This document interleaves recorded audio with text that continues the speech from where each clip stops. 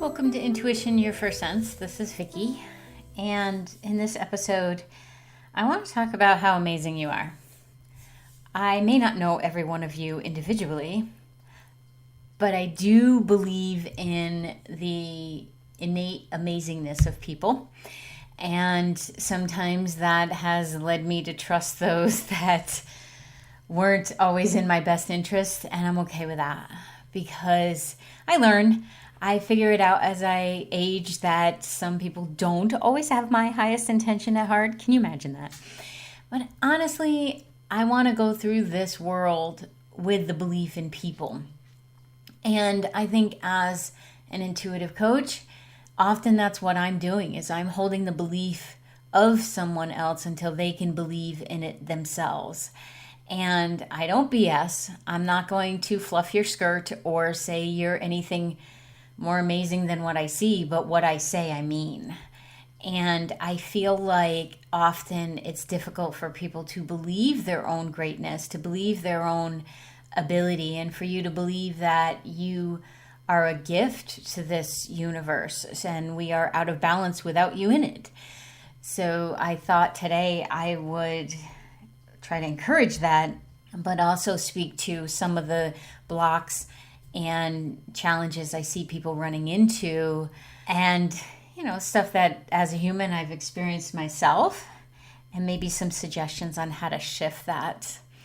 I think one of the most difficult things we encounter as a human being is learning how to listen to one's heart and intuition and not completely pay attention to what other people are telling us to do, suggesting we do, but learning how to hear our own soul. That happens to be my specialty, and being able to hear what it is that we like and what matters to us. And this can be very difficult when we subscribe to the idea that another person's disappointment is on us. And this is a big thing to lead with, but why not just jump in? If someone else is disappointed, it's because they've set an expectation for the situation or yourself and likely did not ask you about it. So I truly believe that another person's disappointment is not on me, as long as I've been clear to the situation and as long as I've not led anyone on. And I feel like we often subscribe and get into the habit of paying attention to what someone else might want, or that their needs are greater than ours because of how we're raised. And yes, I do believe in respect. Yet I know that there's a time where everybody starts to connect in with themselves and starts to feel a trajectory or a direction for themselves that might not line up with the elders in their family, with siblings, with bosses, partners, friends. And it takes an incredible amount of courage to be able to say, I have to listen to my heart. I have to listen to my intuition. I have to listen to what lights me up. And being able to do that also means to look at, what are you afraid of? What part of your expression, wonderfulness, unique wiring that is you, are you afraid of showing? And I see this a lot where people, I think, are more afraid of their personal success than they are of their own failure. And so when I suggest they listen to their heart and their intuition, that might be like a foreign concept. It may be something they don't even know what the heck I'm talking about, because their head has been led by other people telling them who they are or directing them in a way of compliance or of just paying attention and staying in line. Remember when you were in elementary school and you had to line up, and at some point, let's face it, we still do it. And yes, there's a reason for lines sometimes, but there is a part of us that is very trained to step in line. And that happens subtly from the very beginning. Don't disappoint your parents, or be a good girl or a good boy, and don't cause problems. All those things that get suggested to us and maybe even pushed on us that separate us from our intuition and from our knowing. And I want to encourage you to connect back in with what that knowing is that you came into this lifetime with. And the only way to begin that truly is by spending time with self. You have to take the time to figure out who you are by having time to yourself. That means turning off the electronics. That means putting down the book. That means being willing to hear what are the messages, what are the voices in your head, what are the fears that are there, and what are the blocks that may be coming up. Because if you're wanting to connect the dots between your knowing what is in your heart and what is extraneous noise, so society, parents, your own fears could be in there, your subconscious could be in there. If you don't spend the time to know who you are and to really hear that, how will you ever stand your ground in not a forceful way, but in a I believe in me way? So if you're challenged right now by wanting to do what you feel is in your best alignment or in your best interest, but others are telling you not to, you have to spend time with self to really feel that out. There are times where the advice of others is warranted, and we may not be acting in our best interest. But I still think that we have to experience stuff for ourselves.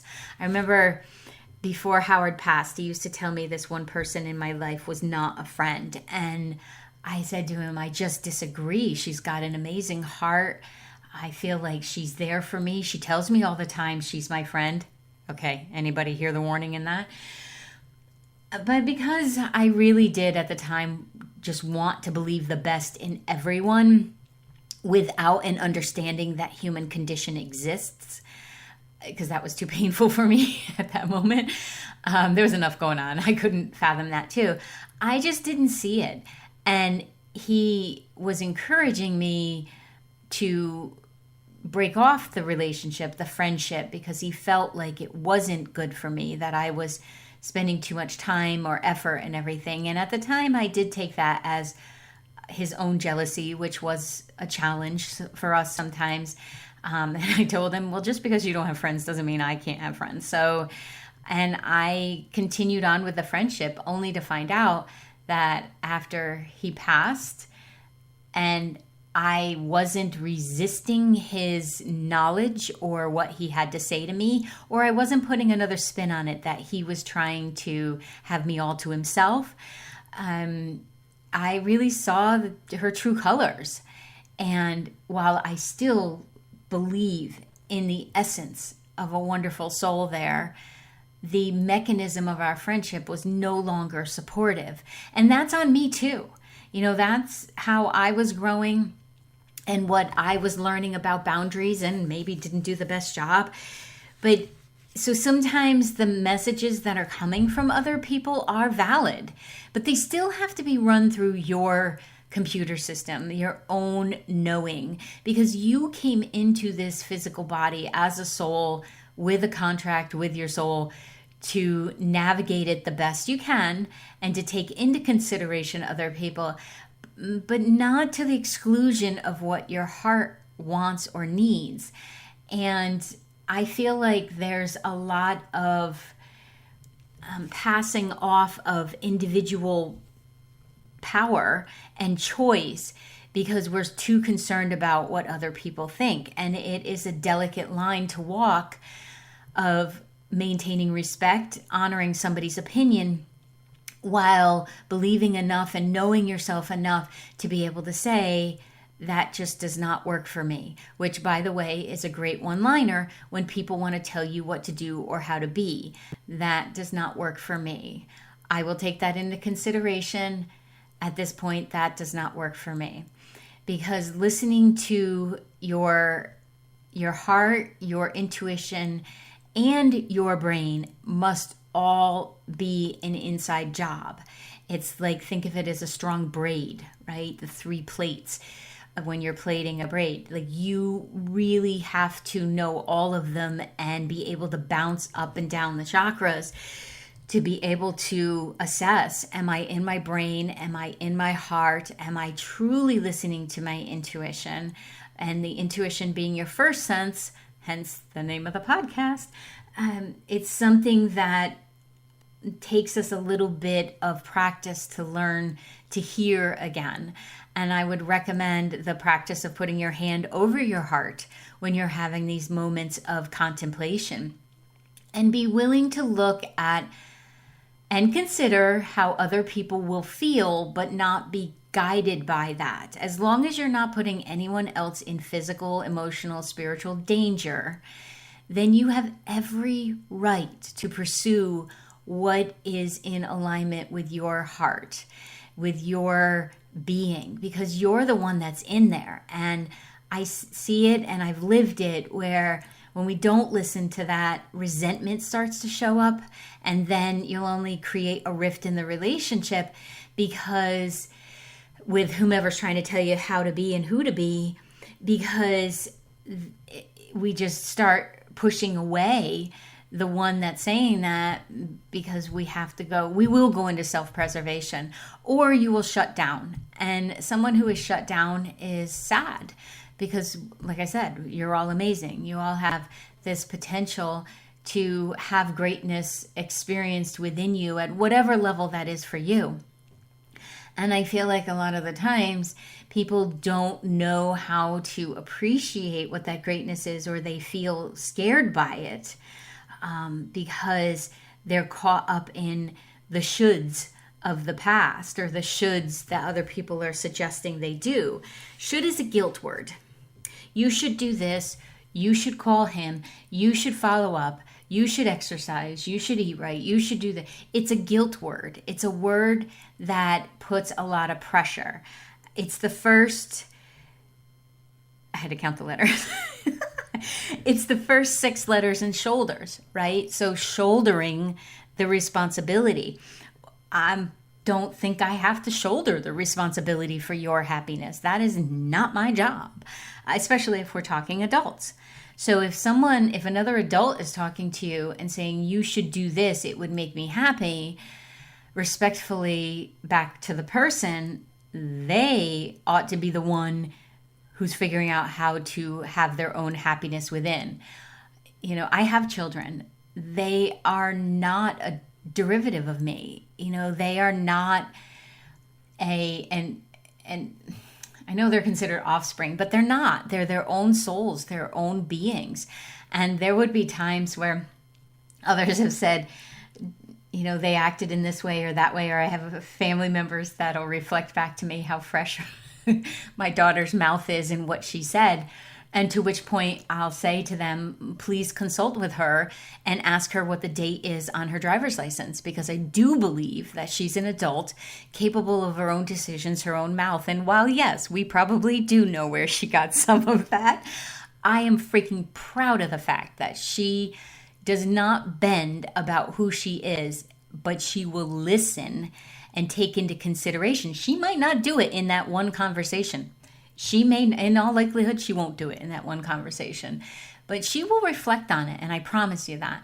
And it's been my frustration with some family members that they don't see that. They don't allow for growth in other people. Like, they keep them trapped in that thing that they said 10 years ago.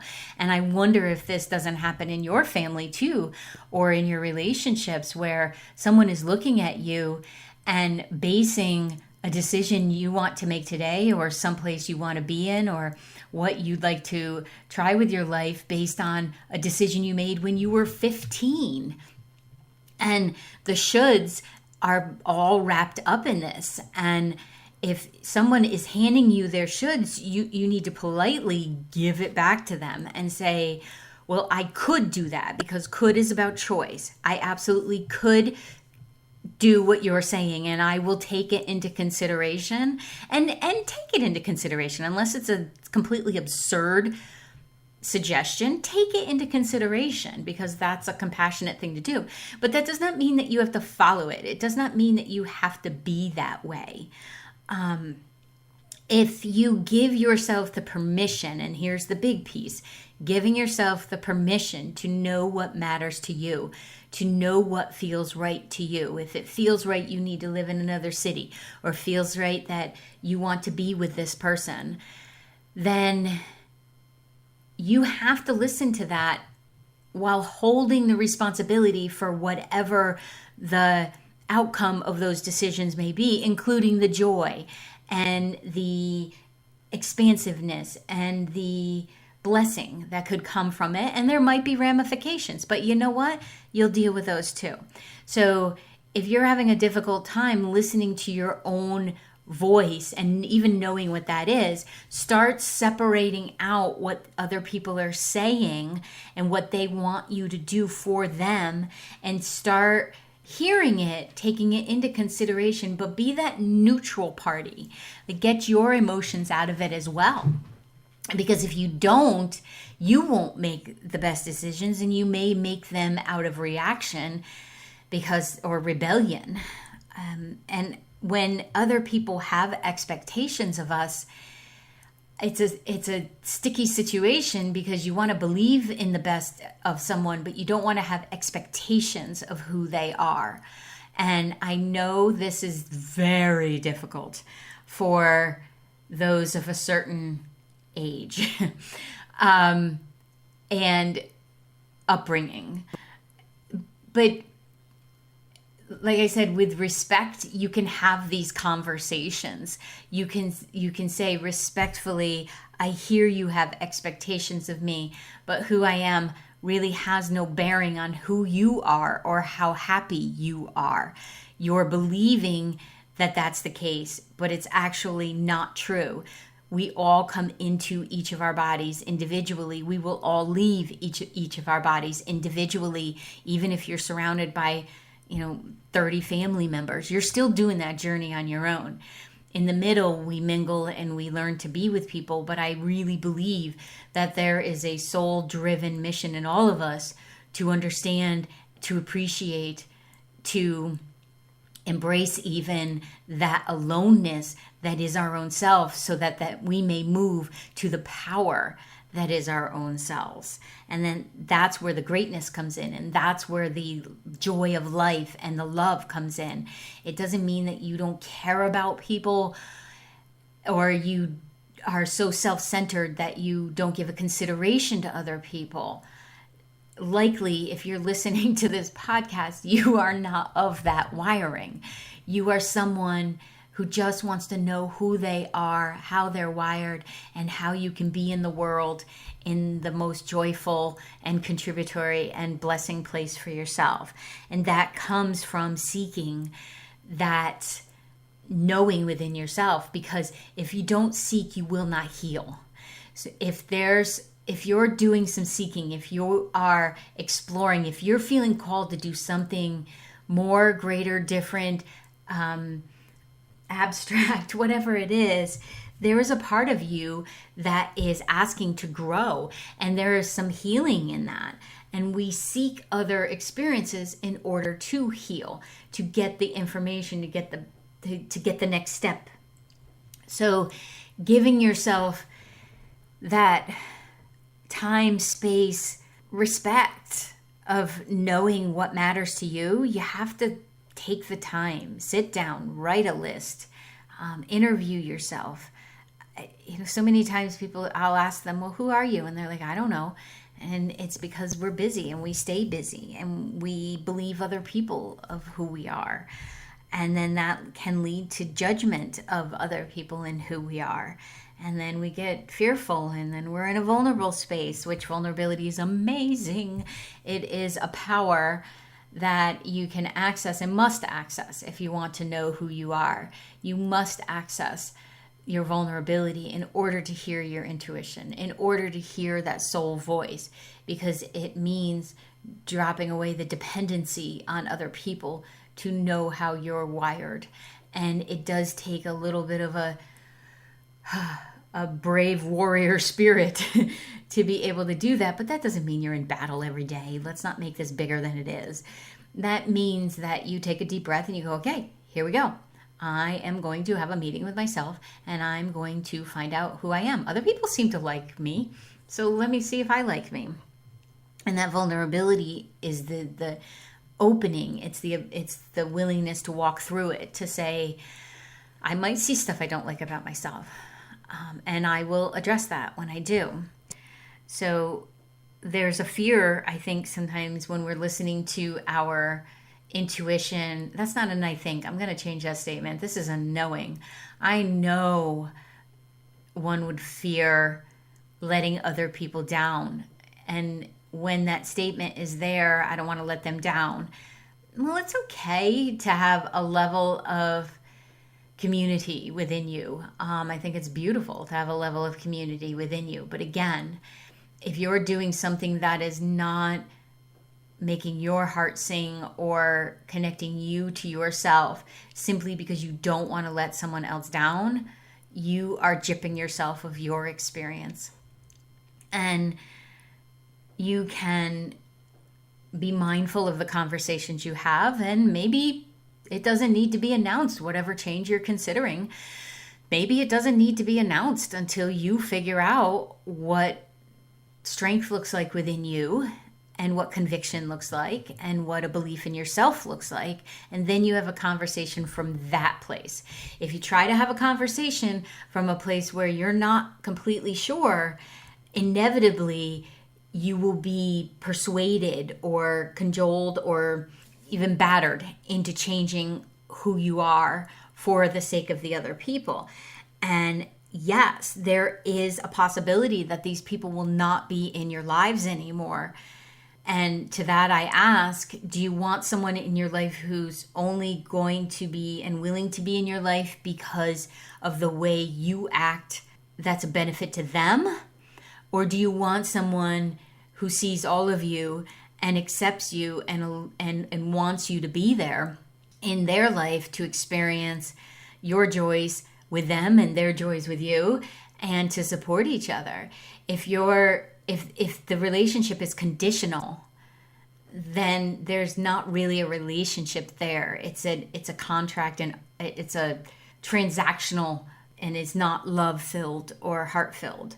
So the fear that someone may not be in your life is valid, and it's true. I mean, percentage-wise, whenever I start working with someone, I often will ask them, are you okay with the fact that some people may decide that they don't like the solid you, the you that wants to have deeper conversations than gossip about people in the family or outside of it, that wants to discuss concepts and what change can be brought in the world, or what they're learning, what they're reading, wants to do more than this reality TV BS, and wants to connect on a heart level. You know, if there are people that don't want to be that, but you do, you have to look at those relationships and decide if they're something that you can maybe part-time be a part of, but you're not allowing them to influence you in who you are. Have you ever wondered where your soul is? How you can be in touch with it, how you can use it and communicate with it with your human senses as well as your intuition? I wondered this for a long time, and as I practiced and learned how to do it, I have now created a course that you can take that is self-guided, along with some live events with me that can help you to connect to your soul as well, and to use this amazing collaboration between your human self and your soul to empower your life to create what you'd like to have, and most importantly, to be able to feel that you belong, that you are amazing, and then what would you like to do with that in the world? So head on over to the website, vickybaird.com, check it out and sign up, and let me know if you need any help. And I know it's scary. I know it can feel extremely isolating and it can be lonely. There is no hidden message in the spiritual journey being full of people. Like, it is lonely sometimes. And even with the most connected relationships, it's lonely because you're the only one who can do that process for yourself. But again, if you get good with that, if you recognize, okay, these are moments, these are not all the time. This is not something that has to be forever in the doldrums. This is where I am assimilating. You can take that deep breath, work up your courage to contemplate and consider what it means to you if you no longer have a conversation with people. There's a family member who was a very dear part of my heart that I have not spoken to in over 2 years. And it can still bring tears to my eyes, and not anymore because I don't have that outside image of what our relationship should be, but more because they just couldn't hear me or wouldn't hear me. And I had to eventually admit that the person I thought they were is not the person they are. And that, oh boy, was that hard. And still continues to be difficult for me some days, because my natural inclination is to accept everybody for who they are. But I have said to, actually I said it to my daughter in a work situation where I said, if somebody was beating you up every day at work, would you continue to go back to work? Well, just because they're not throwing fists doesn't mean that you're not getting beat up every day. And that's what this felt like to me. Like, I would be dishonoring myself and who I am. And I would be making it okay that my needs, concerns, statements, even my statements could not be heard. And we're gaslit to the point where you would not believe the bonfire we could create there. But that didn't occur to me until later. So while going into the conversation, I had this contemplation with myself that this could be it. I'm asking gently to be heard. And yet if they decide they don't want to hear me, I have to be okay with that. And they decided they didn't want to hear me. And I have to be okay with that. And that means that I also get to say, you know what, I'm really proud of myself, because I believe that also shifts who comes into my life. So I will no longer be blindsided by those or putting people in too fluffy of a spot, right? It's really helped me to understand that people are people on their own process and they have their own stuff, but that does not mean that we have to suffer through their process any longer. And I have been accused of teaching selfishness, and to that I say yes, absolutely, because to be selfish means to take care of self. What I don't teach is self-centeredness, and that's the difference. When you're listening to your own gut, your own head, your own heart, you are being selfish, and I want you to be. Because the more you do that, the kinder of a person you will be. The more accepting of another person you will be. The more open to brilliance in your own life you will be. So get your selfish on, man. Like, practice that self-care that is touted so much and is a huge hashtag, but does anybody really know how to do it? Well, here's step one. Step one is separating out the voices. Okay, that voice that's inside my head came from my father. That voice that's inside my head is my mother's. That voice is that teacher in 3rd grade, or the partner I had that I was so enamored with. And what this will do is it'll start extricating the voices that are no longer valid inside your head.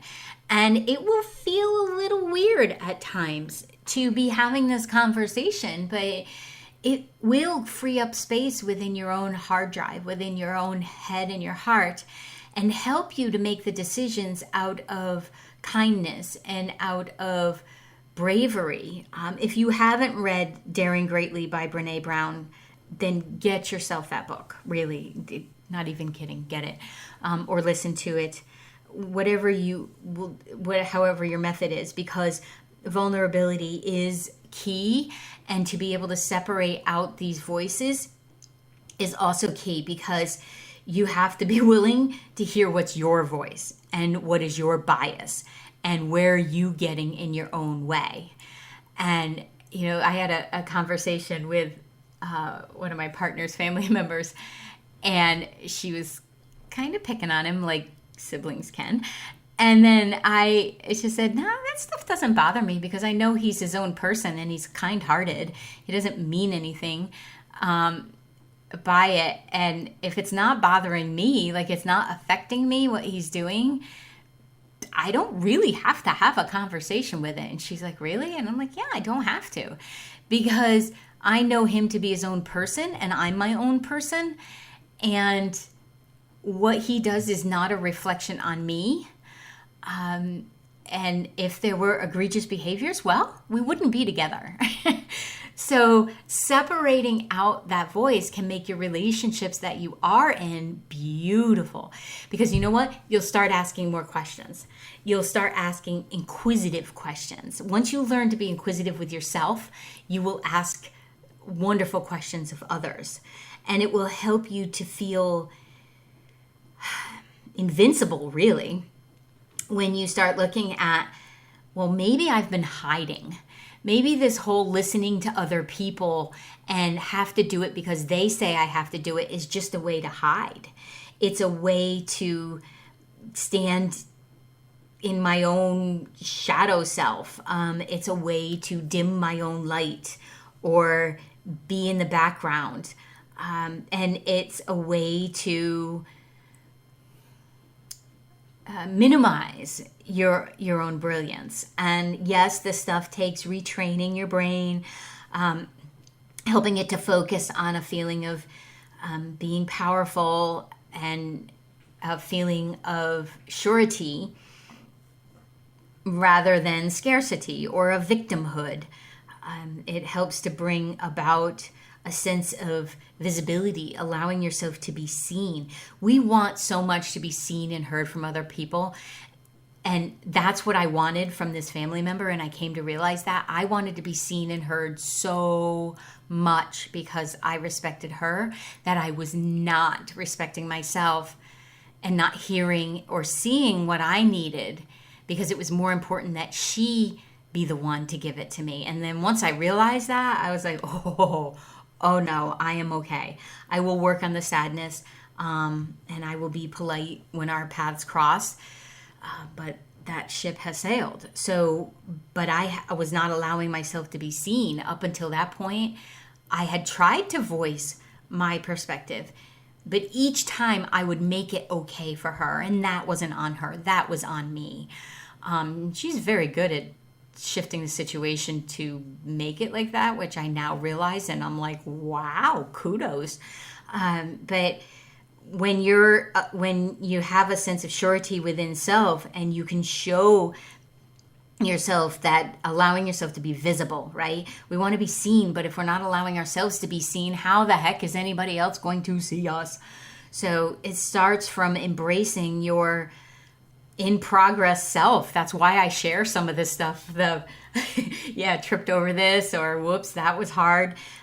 Because none of us is perfect, but we're all unique, and we need to keep that within ourselves and then share that. And then we can help be guides and transformational workers within ourselves and then with others. So if you're struggling with being able to hear yourself, maybe there are some reasons there, or see yourself. What are they? Start asking yourself questions. What are your stories?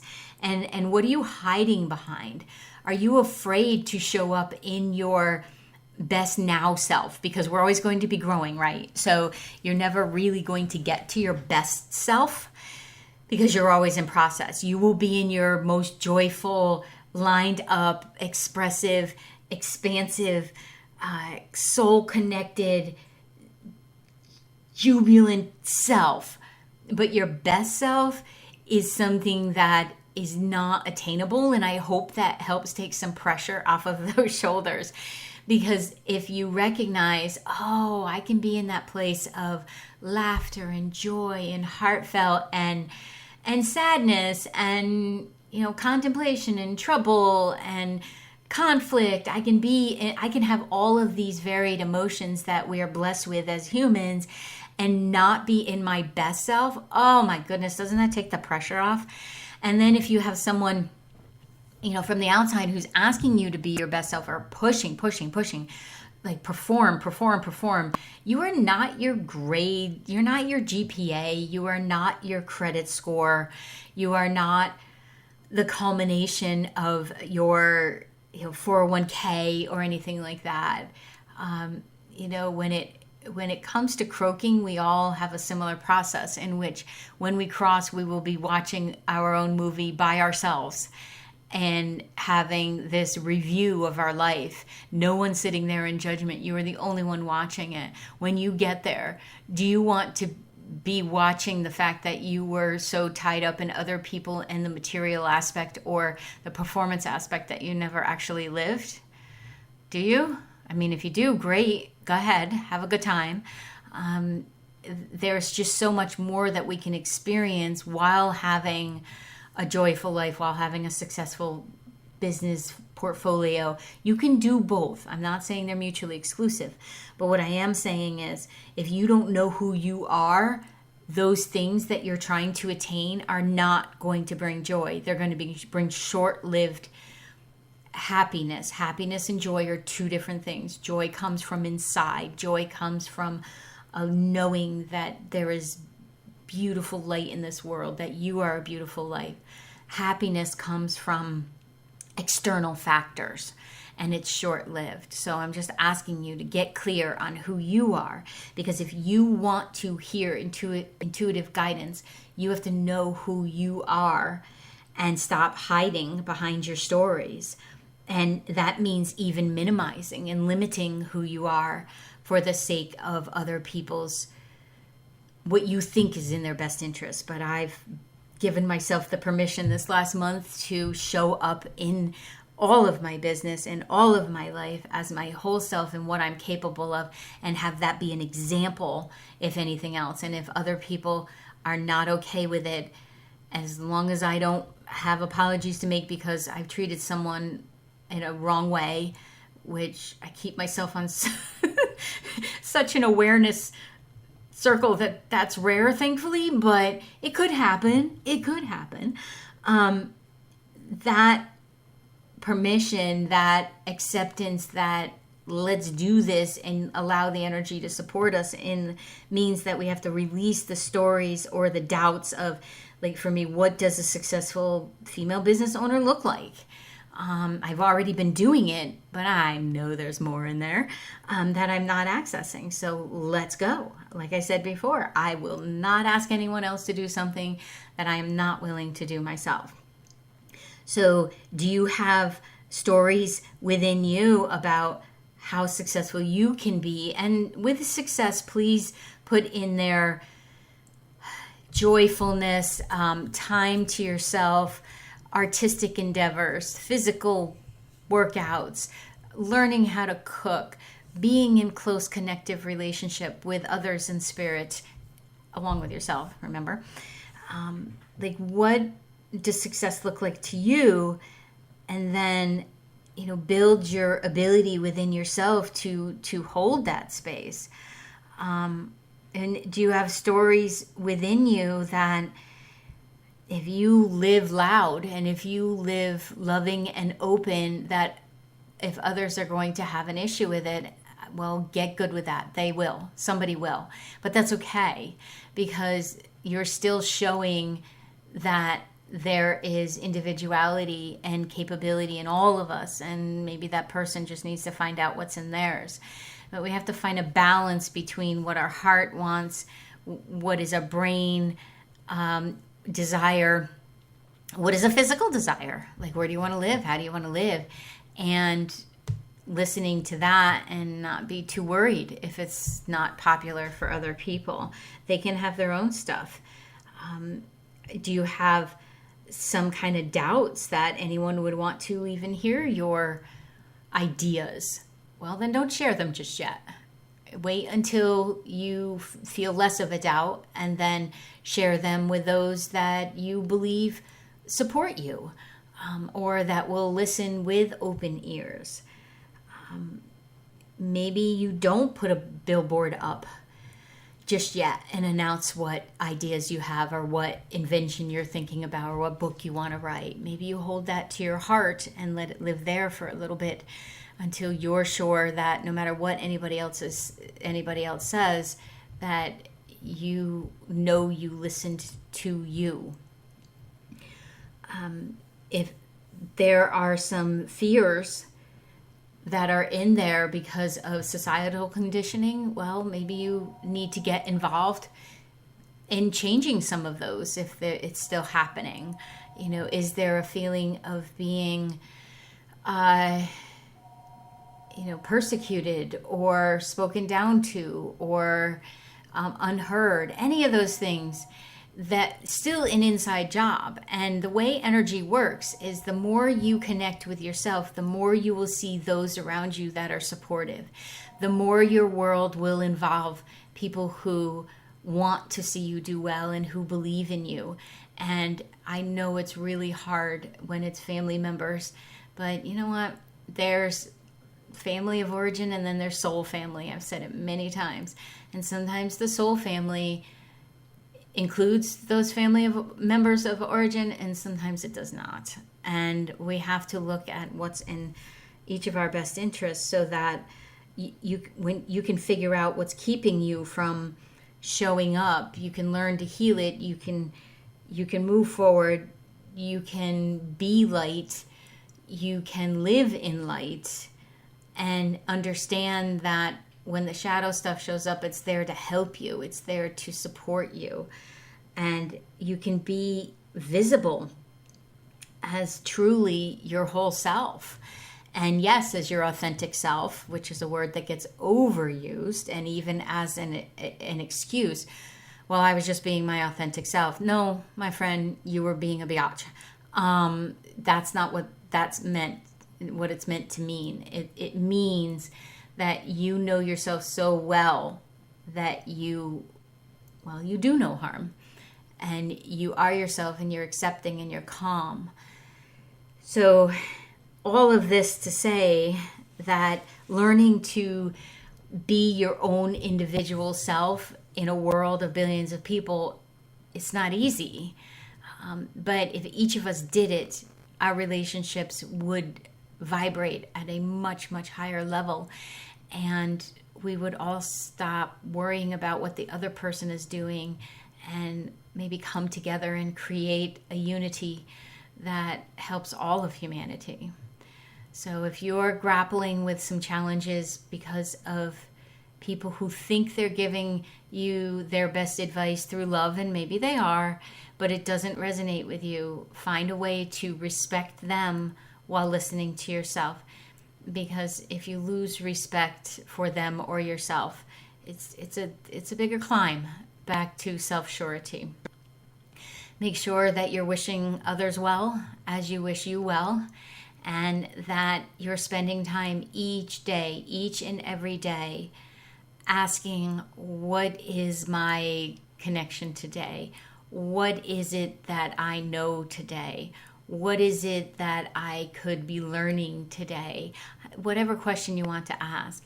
But make that connection to self so that wherever you go, you're taking you with you, and you're sending out the message and affirming that I know myself so well that I will take into consideration your contribution, but if it does not resonate, I must bid you adieu. So there you have it. Learning to listen to your intuition comes from being able to know who you are. And I believe in you. I believe that everyone comes in with their knowing of their own greatness, And maybe we forget it. Maybe there's some amnesia in that whole birthing process, but we'll eventually line up. And I wish you best in lining up. And if I can help, VickiBaird.com. All the information is there. New website coming pretty soon. And there's a couple courses on there, Oracle Card class and the Soul class. And more will be coming out as I play with this video in my new office. And I wish you well, and I look forward to seeing you shine bright. Take care. See you in the next episode. If this is something you feel would be beneficial to you, feel free to pop on over to the website, VickiBaird.com, or at Coach Vicki Baird on all the social platforms.